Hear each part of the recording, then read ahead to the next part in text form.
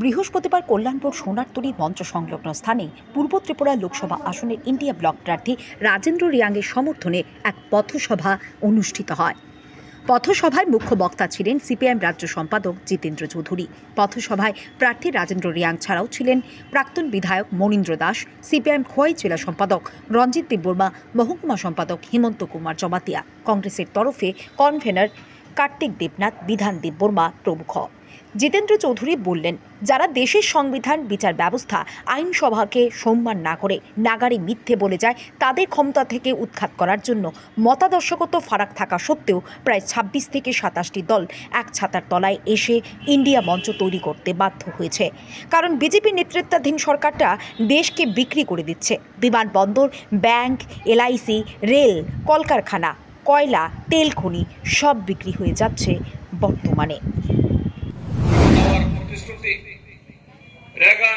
200 দিনের কাজ, জিনিসপত্রের দাম কমানোর তাদের বড় বড় ভাষণ, সবগুলো আজকে এই দেশের মধ্যে তার উল্টো সব বিক্রি হয়ে যাচ্ছে। উল্টো আমাদের দেশের রাষ্ট্রীয় সম্পদ, বিমানবন্দর, রেল, ব্যাংক, এলআইসি, কারখানা, কয়লা খনি, তেলের খনি কি আছে?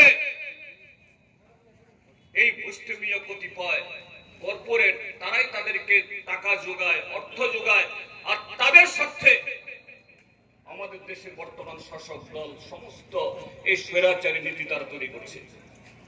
কাজী বন্ধুগণ, এরকম একটা দম বন্ধকর অরাজক, আমাদের স্বাধীনতার স্বপ্ন তার পরিপন্থী, আমাদের সংবিধানের যে আকাঙ্ক্ষা তার যে পরিপন্থী, এরকম একটা সরকারকে হটানোর জন্য আজকে সারা দেশে কর্মসূচিগত পার্থক্য থাকা সত্ত্বেও, মতাদর্শগত পার্থক্য থাকা সত্ত্বেও, এই দেশের যে সমস্ত রাজনৈতিক দল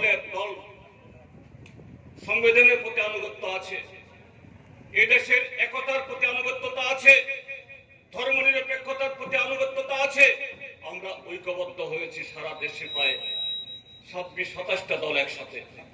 এই ত্রিপুরাজ্যের মধ্যেও সিপিআইএম, কংগ্রেস সহ আরো 6টা রাজনৈতিক দল, তারা দলে, তার অনুকরণে এখানেও আমরা ইন্ডিয়া মঞ্চ আমরা তৈরি করেছি।